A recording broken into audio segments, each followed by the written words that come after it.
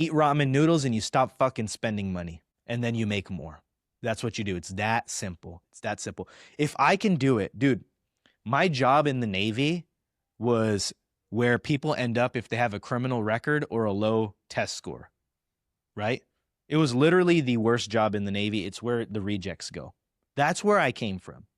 I used to work in a landscaping job. I used to work in fast food. I used to work minimum fucking wage, had no college education. I talk like this. I'm some random Indian guy, right? I have zero connections in the space. And today I'm a millionaire and financially free through real estate. Nobody's born incredible. People who do incredible things simply took the right steps. This is our journey. This is the hunt for incredible. On today's show, we have a very special guest, somebody who's actually been on the show before, but we brought him back for more based on popular demand. So we have a Navy veteran who grew a real estate portfolio from $0 to $30 million worth of assets under management in just 5 years. He literally started from the bottom, like the absolute literal bottom, working for free, and super excited to break down exactly how he did that. He's raised more than $10 million, owns a development company, and is on a mission to create affordable housing in high-cost California neighborhoods. By age 26, he achieved financial freedom, and today he operates his business remotely, living life on his own terms. We have my man, Adit Shah. Adit, thanks for being on the show. Dude, so happy to be back, man, here in beautiful Austin, Texas. Yeah, amazing studio as well. Media Pouch, good friends of ours. So, bro, let's give people a high-level overview, and then just to give everybody a soft intro so they know what to expect now and later on. So, at first, we're going to dive into your story because it's an amazing story that a lot of people can apply to their own lives just because you started literally from the bottom. And then I want to dive into some practical tactics that people can use if they have $0, 10 grand, and 50 grand. So that we can develop strategies for people who want to get into this space and accelerate themselves into this space. So we're going to dive into some really practical, useful stuff. I'm super stoked to dive in. Okay, so with that, give us the high-level overview of what was the 0 to 1 journey for you. Yeah, absolutely. Thanks so much for that awesome intro, by the way. So I got out of the Navy with literally nothing. So that's a lie. I had 5 grand saved up, but I had more debt. So I was negative net worth. And I took an audit out of my life and I basically said, okay, what do I have going on? My only marketable skill was that I knew how to fix anything. I could go into a house and I could fix anything. I was a handyman. So I took that skill and had this wild idea and I said, how can I get around real estate? I know I want to be a real estate investor and I don't want to be a wholesaler or flipper or none of this other shit. I want to be a developer. I want to build Shaw Towers like Trump Tower, but like bigger. Like this is the audacious thought process that I had. And I said, you know what? I'm going to approach every developer in San Diego. I sent them a cover letter and my resume said, let me come work for you for free. And I ended up working for free for a developer like on, shot 99 out of 100. He took me in. I worked for him for free for a year as a handyman. And then I went on to get hired as a property manager, took management of his portfolio. And then I started taking management of his projects and learned all about real estate development, soup to nuts, leasing, finding deals, building them, getting them permitted, leasing them up, managing property on an ongoing basis. And I basically created a fully vertically integrated real estate development company on the back of that experience. So today I'm a developer, I'm a syndicator, I'm a general contractor, and I'm a property manager. Every part of the real estate development life cycle is within my business. We've become fully integrated. So that's kind of the 0 to 1 to now. Yeah. Dude, I love that. And I want to tease something out because the premise of the show is effectively we take people who have done incredible things and we tease out the mindsets and actions that they applied to get there, because the general principle is people aren't born incredible. They simply took the right steps to get there. So something that I want to tease out with what you did was the full brute force approach of I will message every single developer in San Diego. Like I often hear people, like when you tell a story like that and it's, I ended up working with so-and-so and that's how I got in the game. the loser mentality says, oh, they just stumbled upon that, they were fortunate, their dad connected them. But the reality is, if you can increase the surface area of luck, then lucky things will happen to you. If you send out 100 emails to developers because you want to get in the game, you only need one person to say yes, and that one person is that lucky chance that you can have. So if you only have a 1% chance of something succeeding, you do it 1,000 times, and then that increases the surface area of luck to actually get into the game and to actually achieve the dreams that you're going for. Yeah, you absolutely nailed it. If you're not playing, you can't score. If you're not playing, you can't score. And if you don't shoot enough on goal, then you'll never get it in. That's right, man. That's absolutely right. I was at a Tony Robbins event recently, and he was talking about Steph Curry. And I can't remember the number. Let's just say it was this guy used to take like 300 shots every single day, Sunday to Sunday. Right. So like when people complain about like, oh, I'm trying to get into real estate and I don't know what to do, I can't get enough deals. Right. It's like, how many offers are you making? How many connections are you making? How many people are you connecting with? And if it's not in the hundreds per week, you're not trying hard enough, because chances are somewhere between 0 and 40 per week, offers, connections, emails, whatever it is, you're going to hit your target. Oh, dude, totally. Like, so much of success is sheer volume, sheer output of the lead metric that will get you to the lag metric. A perfect example is Babe Ruth is known for being one of the greatest home run hitters of all time, but he also holds the record for the most strikeouts in that season.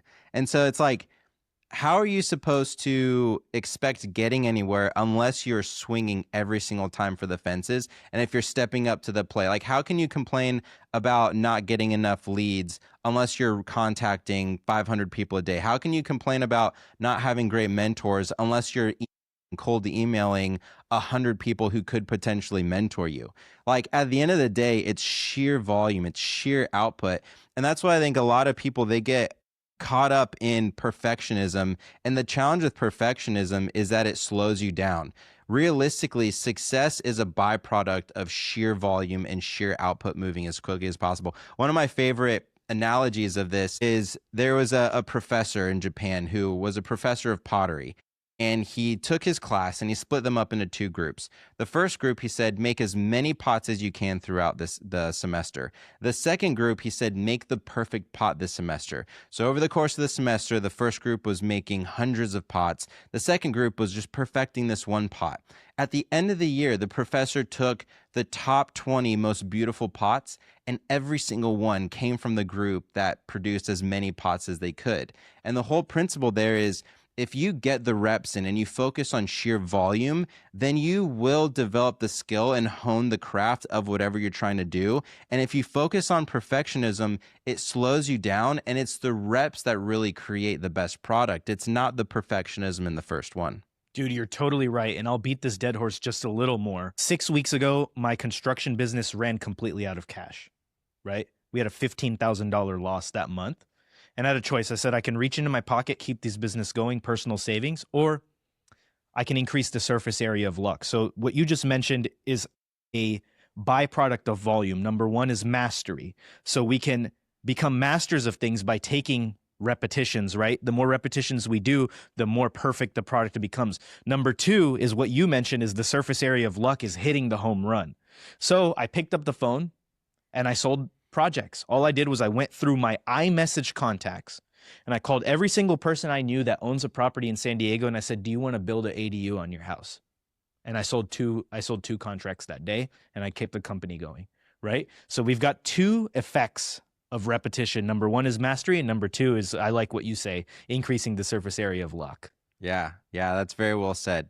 So now let's take a step further in terms of what building the relationship with that mentor looked like in the beginning, because that's a hurdle that I see a lot of people running into, is not knowing where to provide value to that mentor. So how did you set up the relationship and the pitch to deliver value to the mentor where it was worth them working with you? Yeah, and I've actually got this boiled down to a science now. So I'm very happy you asked this. So every single one of us has a set of life experiences that has brought us this far. It doesn't matter if you're 18 years old, if you're 50 years old, everyone has a unique and unfair advantage, right? Mine was that I could fix anything. Yours could be that you're incredible at selling. Someone else's could be that they could make websites. Someone else's could be they could edit videos. Whatever it is, you have a marketable skill within you. right? You need to distill that down into a deliverable and then just do it or offer it for free, right? So a big hurdle of people are like, I don't know what I can do for this person. You have a unique set of skills. Maybe, for example, here was another unique skill of mine. I was an Uber driver when I was active duty military. There's no neighborhood in San Diego that I don't know like the back of my hand, right? Right when DoorDash came out, when I was active duty, I was driving DoorDash. So I knew the neighborhoods. I knew exactly where to buy deals. I could fix anything. I could be the boots on the ground and do a lot of legwork for this guy. So that's step number one, is distill your unique unfair advantage down into a deliverable. And then step number two is to never be above anything. I'm not above sweeping floors. I still sweep floors on the job sites to this day. I still take out the trash. Nothing is beneath me. There's only one person we're only beneath one thing, and that's God, right? And we're above nothing. So if you have that mentality, there's no way that you'll fail. Take those two things, find someone that you admire, find someone whose values that you aggressively align with, and then give them that deliverable. I want to couple that with what I found to be the best way to develop mentors as well, which actually, like, coupled with what you just said, totally turbocharges it. So I found the number one best way to find a mentor and pull them in is what I call the mentor flywheel. It starts with two steps. So step number one is you reach out to a mentor and you ask them what their goals are. It's very easy to get mentors to articulate what their goals are. The second question you ask is what their challenges are. And once they share their challenges, you're able to figure out how you take your unique value proposition and you solve their challenge without them even asking. So for us, the way that I got into the commercial real estate game was I reached out to a bunch of potential mentors like you and basically asked them, what's your biggest challenge or what are your goals? And this one mentor that we ended up bringing on said, oh, I'm trying to scale my real estate portfolio. We said, awesome. What's your biggest hurdle? And he said, oh, I just need better deal flow. So we said, sweet. And me and a couple other partners who were also trying to get into the game, we started ripping through deals. And when we found a deal that met his criteria, we'd bring it back to him and he'd say, what do you think about this one? He'd say, oh, I don't like that deal because it has a restaurant in it. So we'd say, cool. We'd add to the criteria, no restaurant. We'd go out and hunt for deals some more and we'd bring another one back. And we'd say, what do you think about this one? He'd say, oh, I don't like that one because we only take a minimum of an 18% internal rate of return. We'd say, sweet, minimum 18% internal rate of return. And we continued this process. And that did a couple things. Number one is it built rapport with that mentor. So over time, we had frequent contact. Number two is it delivered direct value that solved their needs. So they weren't doing us any favors by taking the time to look at it. We were doing them favors by showing them deals and bringing them deals. And number three is we adopted the mentality and the mindset of that mentor. So we were learning along the way. And eventually we ended up finding a deal. We brought it to him that fit his criteria. And he said, oh, this deal looks great. And we said, sweet. Do you want to partner on it? And he said, yeah. So he ended up coming in as a partner. And that's how we got into the game. Dude, that is so brilliant. And you can actually figure out a lot of what someone needs and what their goals are by looking at their social media, LinkedIn and stuff like that, and their website. And, you know, with these days, everything you just did, brilliant, you could distill that all down into AI and do it at scale, you know, for multiple people. So yeah, to your point, there's no excuse out there. There's many different ways to be valuable, but I really love figure out what people need and figure out what they want and figure out what their challenges are. If you could solve someone's challenge, you are insanely valuable to them. Yeah. So let's break down that suggestion a little bit more. So you're saying leveraging AI to apply that at scale. How would you see that looking? Yeah, like if I can put someone's LinkedIn, Instagram, and Facebook into AI and have it tell me what is this guy or gal's challenges? What do they do? What do they need? Right? I can then craft an email or get on the phone and cold call them like I used to do. I used to find people's office lines, show up in person. Nothing's beneath me, remember?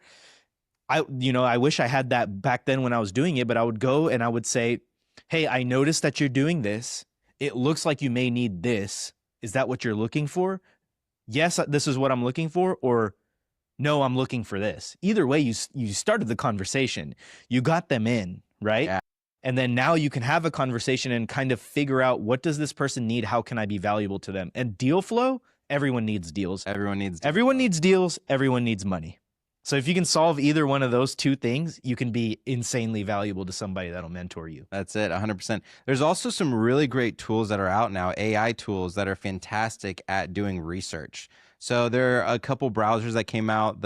the name slipped me. ChatGPT just came out with a browser where basically you can go to someone's Instagram and then have a conversation with the AI agent that's tied to that browser. And you can upload your profile, your skills, expertise, everything, and then go to someone's Instagram profile and say, hey, do a deep dive on this individual. What gaps might they have that I can deliver value on? And then write up a brief message for me to reach out to them. Like the volume, like you're saying, the sheer volume you can hit it. Because like we've been talking about this whole time, 99% of luck is sheer volume. It's increasing the surface area of luck. And so if you can increase the volume using AI and just rip it out, then your odds of success not only go up dramatically, but the timeline in which you can do it is significantly compressed. That's absolutely right. Like you said, over time you learned, hey, this guy wants this IRR. He wants no restaurants. He only wants this area. With AI, that can all be distilled down into a day, you know? So, Yeah. yeah. So I want to take a step into breaking down your mindset a bit more, because I always say, like, the people who I've seen them have the most successful in the space, they didn't have the deepest pockets or the best network or anything like that. It's always the people who had the most grit and resilience and clarity and vision. So share with me more your mentality around nothing being beneath you. Yeah, dude. I mean, I think number one, I'm very religious and spiritual, right? I have a deep belief in God, and if you don't shut down, you know. What I mean is, I think that we were put on this earth to serve others, right? So if you have a servant mentality, and I really learned this in the military, I saw there were two different kinds of leaders. There's the authoritarian leader that was like my way or the highway, and you're going to listen to me because I'm a higher rank than you. And then there was the servant leader, right? Who was there like, what does my team need? How do I fulfill those needs? And how do I push us towards the goal? So if you take like a servant attitude, right? Not being like, fucking like, oh, I'm so beneath you, please let me worship you and kiss your feet. No, like, it's like, what does this person need? How can I serve them? And chuck the idea of making money, right? So if you can completely chuck the idea of making money, and here's where it comes from. You want to talk about mindset? If you're playing a 20-year game, does it make complete sense to take the first 2 years to build a foundation?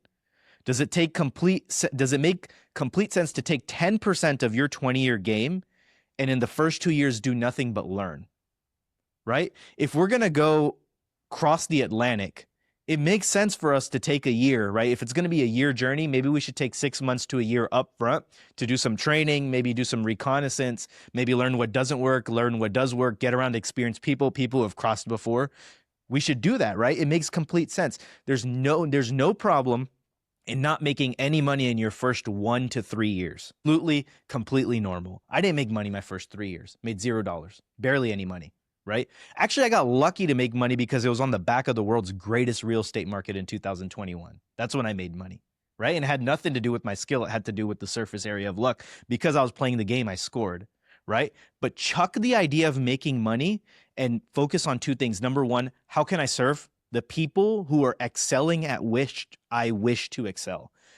And number two, how can I just acquire the most amount of experience in the shortest amount of time possible? So if you can do those two things, that's going to propel you forward in your 20-year game. So it's three things. Play a 20-year game. Number two, chuck the idea of making money for experience. And number three, figure out how to be valuable to people. I love that, dude. Hey, quick pause here. If you're getting value from these conversations, it would mean the world to me if you took 10 seconds right now to leave a 5-star review. Each review directly helps us reach more people who can benefit from these incredible conversations. And if you're looking to buy a hotel or invest in one of our deals, or even if you just want to say, hey, you can send us an email at hello@thehuntforincredible.com. We'd love to hear from you. Now back to the show. Yeah, I did something similar when I first got into real estate, not even commercial, residential. So our first property that we bought, my wife and I, was a fourplex. And we bought it during the peak of the gold rush for real estate, where it was like everything seemed inflated. It was everybody knew it was going to come crashing down. You know, like the real speculative time, like early 2022. And I knew it was going to pull back. And so many of the people that I spoke to, some with real estate experience, some without, said like, this is not the good time to buy. The market's too hot. It's overextended. And I was like, if I can buy something and survive in the worst time to buy something, then I know that once it turns around and everybody has all these opportunities to buy low, I'm going to crush everybody. And so my mentality, every time people said this is the worst time to buy something, it got me so pumped because I just kept thinking, if I can hone my experience here and be battle hardened during the worst time when things are too inflated and I can still make this property work, then I know I can win. And so we bought this property literally at the peak. And then right afterwards, the market pulled back, the interest rates shot up. They literally shot up while we were in escrow for the property, literally like peak worst timing. And we still ended up turning the property around and turning an incredible profit because the plan that we had couldn't afford any losses. So we ended up converting it from a long-term rental to a short-term rental. We compressed our learning. So like you were saying, it was a fourplex. And so we iteratively renovated each unit. So the first unit, my wife and I basically did entirely on our own because I wanted to learn at the ground level, how do I actually do these things to make sure I'm not ripped off by a contractor later on. The second unit, we did some on our own and some with subcontractors. The third unit, we did some with subcontractors and general contractors. And then the fourth unit entirely with general contractors. And the strategy there was learning at each level. So like starting on the bottom with doing everything ourselves manually, working with subcontractors, and then working with general contractors to try to compress that full cycle into one property. And it ended up performing super well. And we're actually looking at doing either a refi or an exit on it because, I mean, we added so much value to it. And like literally just having the mentality of how can I compress my learning here is going to set you up so much better for the long game because the people who are the wealthiest in the game are the people who can exhibit delayed gratification the most. The people who are trying to make a quick buck, like wholesalers or flippers, they're just looking for quick cash. They never end up building long-term wealth ever. And if you can just be patient and delay that gratification and let your money work for you rather than working for your money, you're going to make so much more money in the long run. Dude, you're absolutely right. And I want to pull something out of what you said about learning from the ground level. Starting in the trenches is very, very important. Like there is nothing in a multifamily or single family residential real estate property that can scare me at this point, right? Because I've literally been the guy coming out of the crawl space covered in spider webs and mud to hand the keys to the tenant because there was a leak that sprung right before they were about to move in. You know, I've been the guy that's been sued for mold. I've been the guy that's had a fire in one of my units. I've been the guy that has had shit literally spurred out of the wall, right? I've seen it all. And that's because I started in the trenches. I started with my hands on it, right? And I'm not saying you have to get on your hands and knees and scrub toilets, but if you can start like you did in a way that's more hands-on, even if you have a GC, be on the job site often, ask a lot of questions, observe, get around, once again, the people who are doing it and learn in the trenches, you are going to be equipped in a way that is just insanely more powerful than the people who haven't. Because there's two types of people in real estate. Number one is the guy or gal who starts in the trenches. And number two is the person who maybe they have money and don't fall in this trap. If you have money, I'm going to delegate everything, right? I'm going to delegate everything. But what happens when you don't have experience and you're trying to delegate, it turns into abdication, where you literally just forego all control and responsibility. And the outcome is never, never, never, never positive. Dude, that's so good. And that's such a good point. Let's touch on that a little bit more. Like, what is your process as you do bring people in and you begin to delegate? How do you tread that line of empowering them so that they have enough agency, like you're talking about, being a servant leader and supporting them and delivering on the collective goal versus being so distant that you end up losing alignment and running into the other issues that you just mentioned? Absolutely. Number one is you don't bring anyone in, whether it's a mentor, whether it's an employee, whether it's a contractor, property manager, until you know for sure that they align aggressively with your values and culture, right? So to know that, first you have to define your values and culture. That's a separate conversation. But make sure you know your values and culture and that the people that you align yourself with aggressively align with that. Because you can train skill, you can train for outcomes, but you can never, ever, ever train culture. Right? It's like getting married. You can have conversations like, I wish you were a better communicator. You can have conversations like, I wish you wouldn't leave your fucking boxers on the bathroom floor, right? But you'll never change, I don't want any kids and I want 4 kids. That'll never be compatible, you know? So you want to, well, number one, align aggressively with culture and values. Number two, I'm an outcomes-based leader and I don't micromanage. So I tell people, this is what success looks like. This is what I think that success looks like? Do we both agree that this is what success look like? Yes. What are the resources needed for success? Boom. All right, go figure it out. You can call me, you can text me, you can shadow me, you can come follow me for a day, ride in my car, whatever you need to make this happen. But how is up to you. So that's kind of how I like to. Yeah, it's also much more scalable. It is. It's Yeah. much more scalable. If you are delegating and controlling and working too directly through people, then you do increase your leverage and output because now you have additional people that you're able to work through, but you're still having to work through them rather than giving them the end goal, the clearly articulated end goal, and then supporting them when you need something. Yeah, absolutely. And, we took it kind of a hiring conversation, but for those people who are listening who don't have anything going on and they're trying to get started, make sure a part of getting into the right mentor is make sure they align with those values, make sure they align with your vision, make sure they align with your culture. And also, you personally should define what success looks like. Here's what I'm looking to get out of this mentorship. Here's what I'm looking out of joining this community. Because if you don't have a vision, if you don't have a North Star, then you don't know where you're going. You're just kind of wandering, and who knows where you'll end up. Yeah. Okay, let's drill into the North Star bit because there's so much gold there. And we did touch on this a little bit on the last episode, but it's worth re-highlighting. What should people do to find their North Star? Yeah, you got to start with the why. I mean, that's obvious. That it's just so start with the why is a book, but number one, we want to figure out why we're doing what we want to do. I want to do this because I want freedom, because I want to retire my parents, because I just had a baby, right? Because I want to leave a legacy for my family, because I want to help 1,000 families in San Diego attain housing, because I want for military families and blue collar families to live in rentals that are better than everyone else's. Right? Those types of things that are metaphysical, they have to do with a alignment with something higher than you and a belief in something that's bigger than yourself can be the foundation. And then from there, you figure out how. Because, for example, if you're like, I want to take my family, my wife and my 2 kids on a world tour and do homeschooling while we're world touring, and I need to make $15,000 a month passively, does it really matter if you do it in real estate or you start an online e-commerce store? No. The how doesn't really matter because why is the same. So that's number one, is starting with the why. Yeah, I love that. And then just to bring in the counterposition, the number one worst thing that people can do to sabotage their calling is giving a shit about what people think. Like when you are blind to your why because you're listening to these outside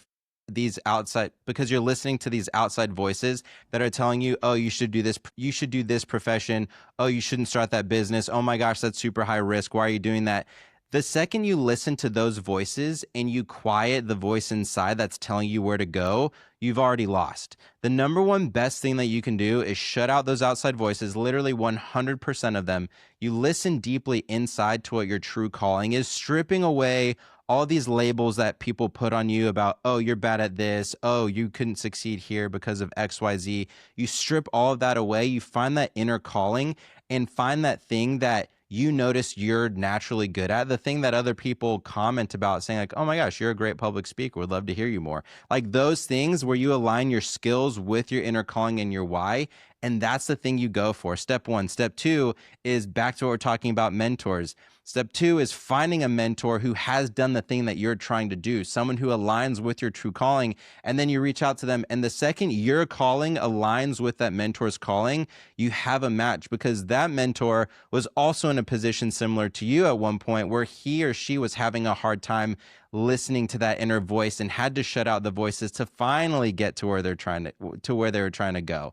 And so seeing you, it's almost a process of handing off the baton. Like we are very tribal in how we operate as humans.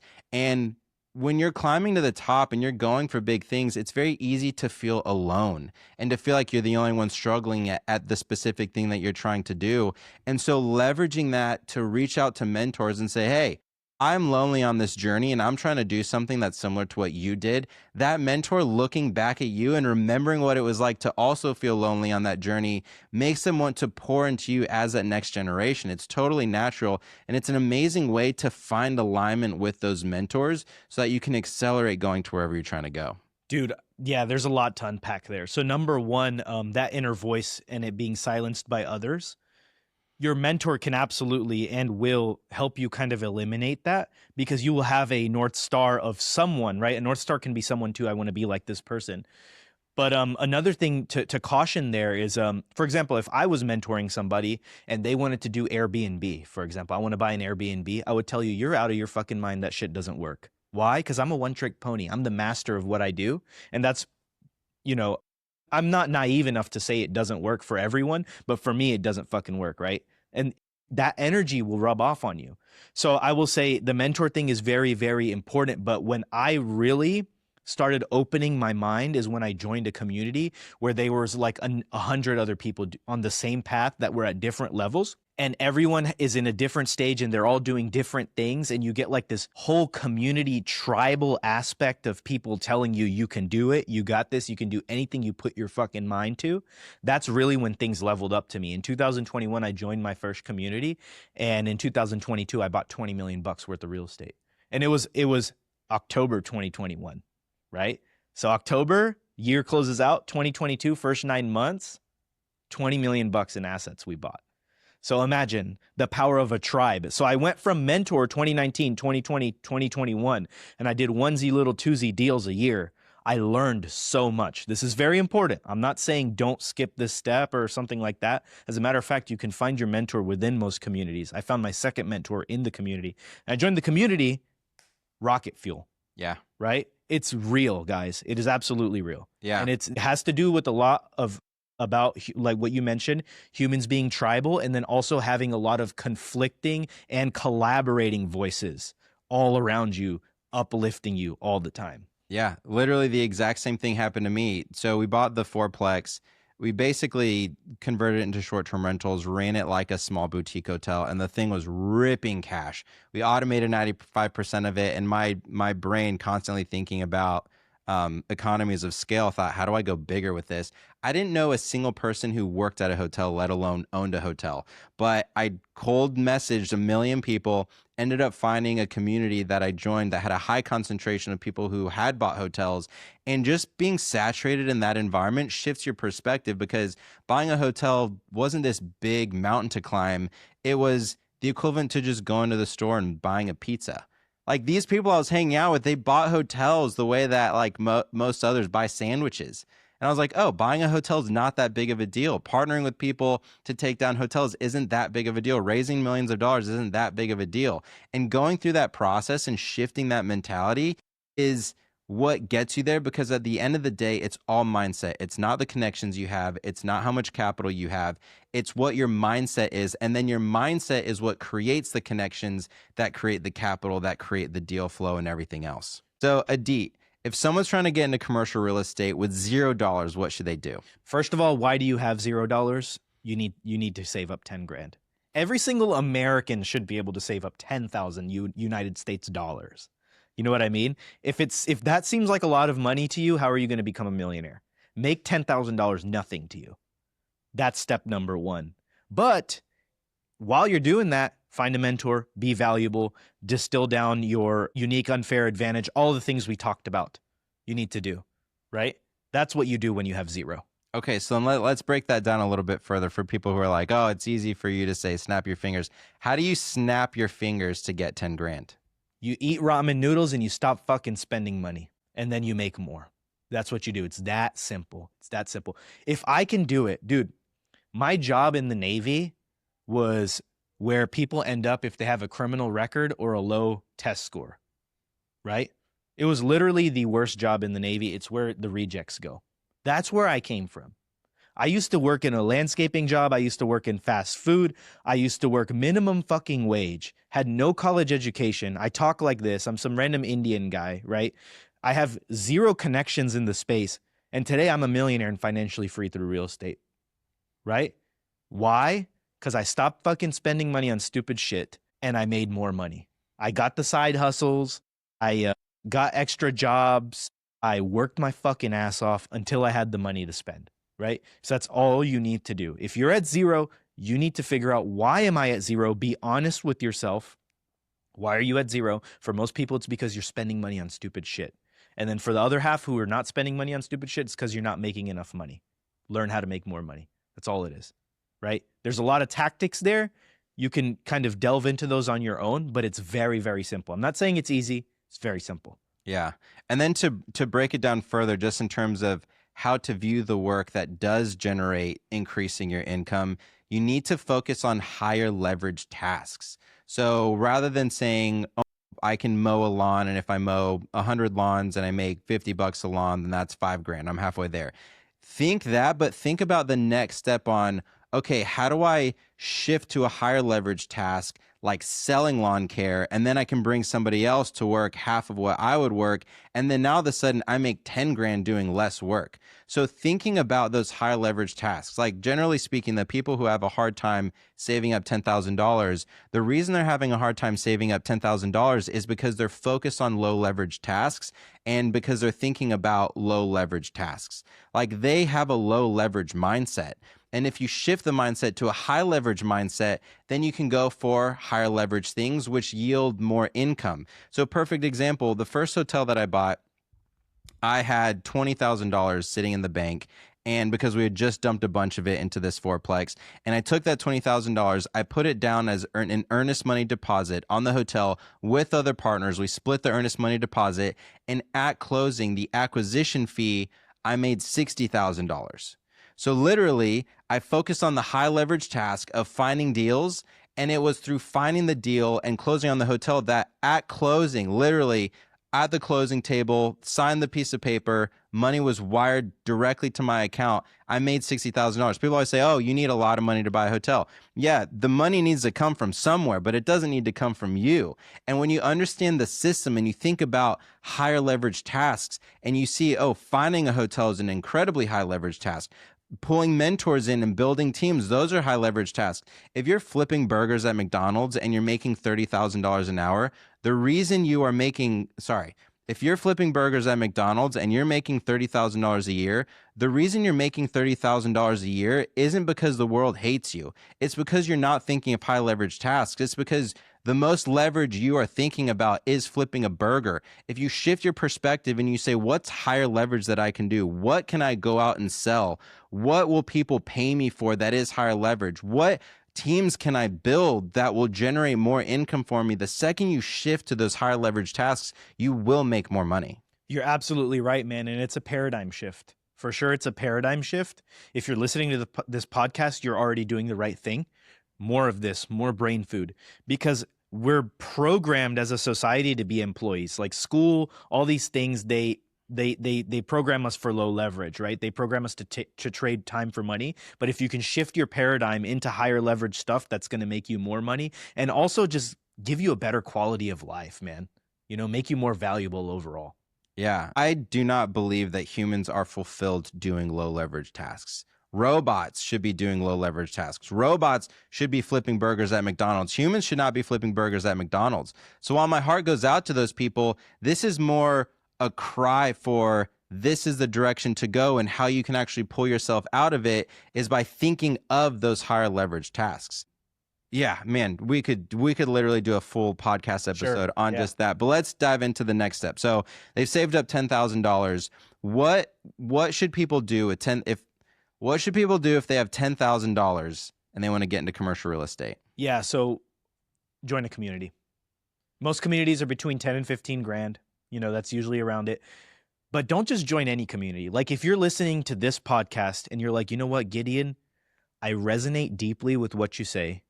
You are what success looks like for me. And I think that I can learn a lot from you specifically in your community. Join Gideon's community, right? If you're looking to learn how to own 100 Domino's pizza chains, find the guy that did that and join his community. You know what I mean? But there's a lot of them out there. You need to be careful. The way that you know if a community is good is you look at that person's long form, you look at that person's bio, you look at that person's track record and interview them. You know, I'm sure if someone was interested in joining your community, they shot you a DM. Hey, Gideon, I'm interested in joining your community. This is my goal. Is that conducive to me? I know you, I know you. We have a lot of mutual friends. I'm sure that you would tell that person yes and maybe no. You'd be like, you know what? I'm not the right fit for you. right? And if someone tells you that they're not the right fit for you, then that's a good person that you may want to align yourself with anyways. Yeah. So just saying. Yeah, Yeah. 100%. That's such a good point. There are a lot of communities where they're just looking for a check. It's important to find the community that the outcomes of the members align with the outcomes that you're looking for. And there have been people that we turned away and encouraged to join other communities. Like there was a member the other day who they like had no idea what they wanted to do, but they thought like hotels might be nice, but they really wanted to sample. And so I directed them to our buddy Brian Lubin's community. I said, Brian Lubin's community has a lot of diversity. It's a buffet. Like if you're just trying to sample around, that's a great community. If you know that you want to get into hospitality and buy hotels and build micro resorts, then this is the one for you. And they weren't sure, so I was like, yeah, hit them up. And so I sent them the contact info on how to get in there. It's really important. Yeah, it's really important. Okay, so let's dive in because we are running lower on time and we could literally go all day, bro. Next time we need to book 2 hours and we'll just rip through. We'll just go nonstop.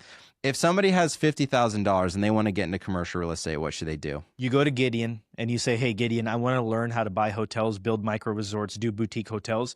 I've got $50,000. Be a limited partner. I'll invest in your syndication, but may I have an hour of your time every other week? Would you say no to that? Mm-mm. Can I get an inside look at your business? Can I see the financials? You show that to your LPs anyways. But the only way that you get access to that, if you have $50,000, you have the greatest opportunity right now. You can go to any operator that's fucking crushing it and say, dude, I want an inside look at your business. Let me be an LP. No one's going to say no. If they say no, they've got something to hide.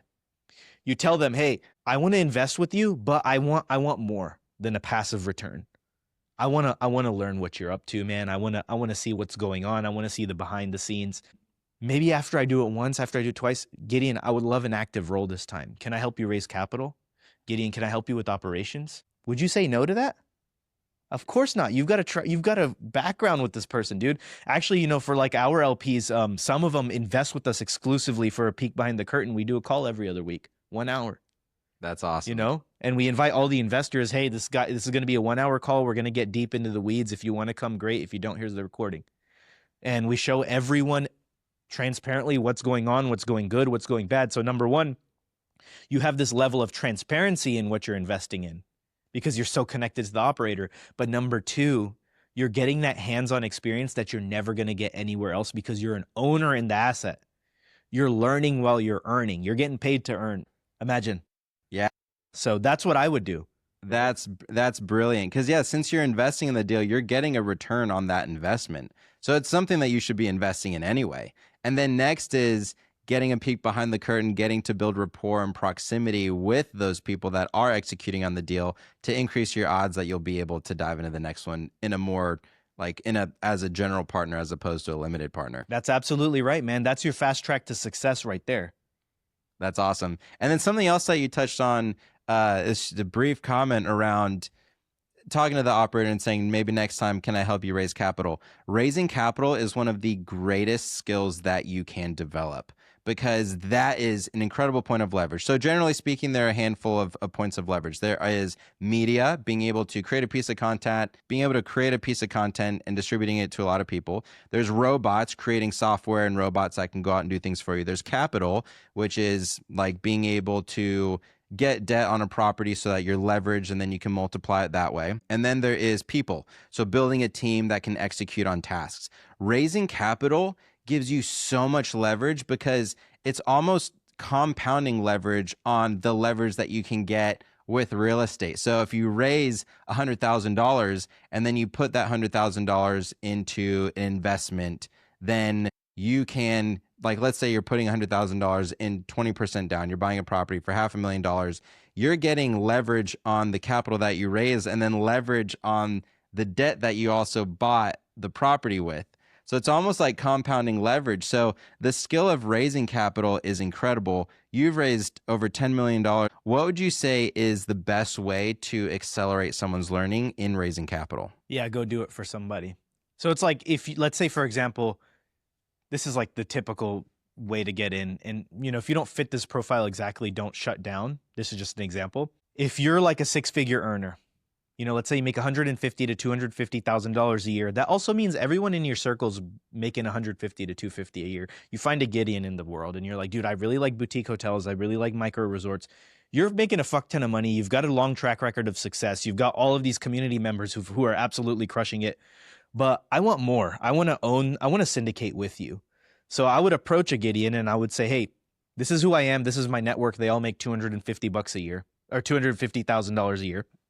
And I can raise money for you. I've never done it before, but what I'm going to do is I'm going to post on social media, obviously in a compliant way. I'm going to reach out to all these people. I've already had all these conversations talking about real estate with them. And I would like for you to guide me, but I'm going to do all of the legwork and I'm going to raise money for you. You're going to get a GP stake. You're going to get equity in the project. Most importantly, remember, chuck the idea of making money. Fuck the equity. Fuck the money. You're going to get your name on a successful project with a successful operator. So when you go do your second project, we've already had this full cycle exit that I did with Gideon. Look at what we built. Look at how much we full cycled back to investors. Look at how much investors made. This was my active role. This is what I did. So you do 1, you do 2, you do 3 with Gideon, and you do number 4 through 50 on your own. You can't get there on your own. You have to start with an experienced operator. You know how hard it is to convince people to give you money when you've never done a deal? You know how easy it is when you say, hey, I'm with this guy who's done 5 of them. Here's his track record. It's a no-brainer. Dude, the worst thing that people can do when they're trying to learn something new is learn too many things, as opposed to bringing someone on their team who knows how to do that thing. It's like in the Matrix when Neo needs to know how to fly a helicopter and he just fucking downloads it.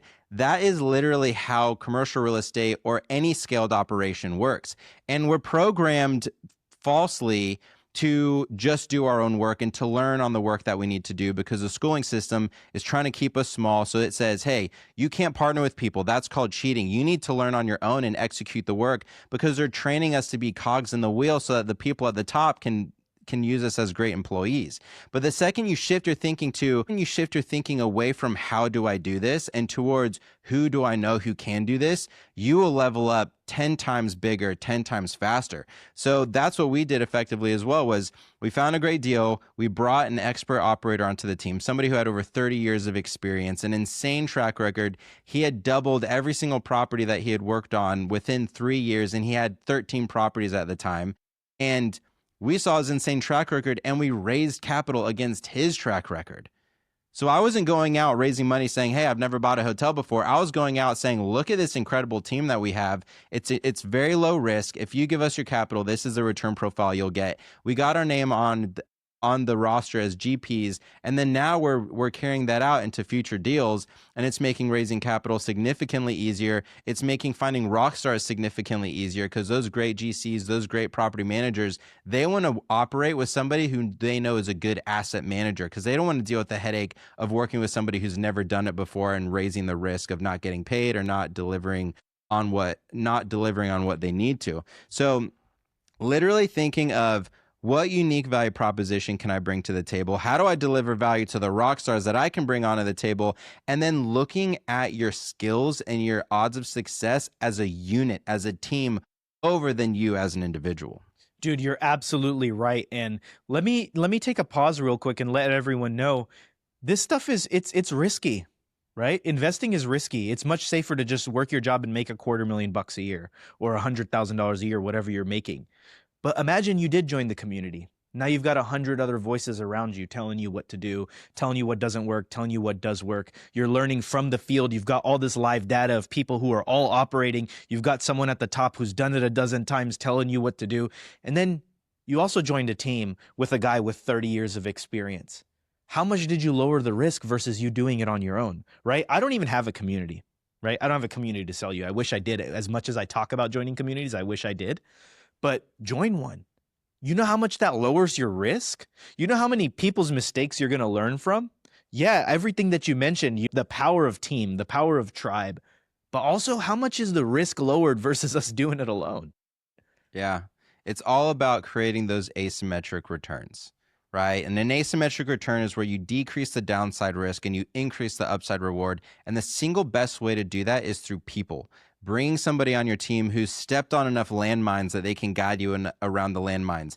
The person who they know that expert that if you bring them on, they'll 10x your return, right? So like the person who knows the great general contractor that can deliver on time and under budget. Somebody who knows the designer who's so busy that they couldn't fit you in unless they knew the person that you brought on your team to create an amazing design, an amazing experience for people that's going to drive the top line revenue. Like those people that you bring on are going to dramatically reduce the risk, reduce the cost, and increase the upside. I have a good buddy who he calls it the stupid tax. Anytime you do something for the first time and you step on landmines, you pay a stupid tax. And that stupid tax, if you add up the stupid tax of the cost of going over budget, the cost of going over your timeline, the cost of not driving enough top line revenue, the stress and anxiety of not knowing if the deal is going to succeed, if you value all of that risk and that cost and that stress, you can allocate that as equity to an expert that you can bring on. So oftentimes people say, oh my gosh, the deal's not big enough, so I don't want to bring an expert on, or I want the big pie all to myself. And I always tell people, you are going to spend more doing it yourself than if you allocate a portion of that equity to an expert who's done it before. You're going to save cost, you'll save time, you'll glide through it much more easily, you'll sleep through the nights, you'll learn 10 times faster, and that'll set you up for future deals even better because now you've built rapport and a track record with an expert. You've learned more rapidly, you have better momentum, you've formed a team that you can now carry on into future projects, a team of experts. Hands down, the number one best way to reduce that risk, to create that asymmetric return, is by bringing on somebody. Dude, you absolutely nailed it. It just goes back to who, not how. And also imagine all those things you just mentioned. We don't have a lifetime to learn every single skill. You're not going to learn how to be a general contractor and a property manager and raise capital and find deals and be a design expert and all these different things. It's better to put the team together, right? And be the system or glue that kind of moves everything together, right? It's much better to do that. It's higher leverage. And it'll propel you faster. It'll propel you further a lot faster, right? They say the whole thing, if you want to go fast, go alone. If you want to go far, go as a team. But honestly, it's if you want to go fast and far, go as a team. Yeah. Yeah. Adit, I love it. This has been one of the most packed episodes I've done in terms of useful tips to get to where someone's trying to go. Anyone that's trying to go big, whether you're trying to get into commercial real estate or anything else, the principles in this episode, I really hope people soaked it in, replay this, and continue to tease it out, because what we're talking about here can be utilized across so many different fields. Unfortunately, we do have to wrap it up. So to wrap up the show, here at The Hunt for Incredible, we believe that questions are the answer. So Adit, what question do you feel people need to ask themselves to be successful in the space? Wow, that's a really good question. I think you need to get really clear on your why. So you need to ask yourself why, and then you need to figure out how, and then you need to ask who's going to get me there, right? Those are the three questions I think you need to ask yourself to get there. So good. Adit, thanks for being on the show, my man. Yeah, thank you, brother. Always a pleasure.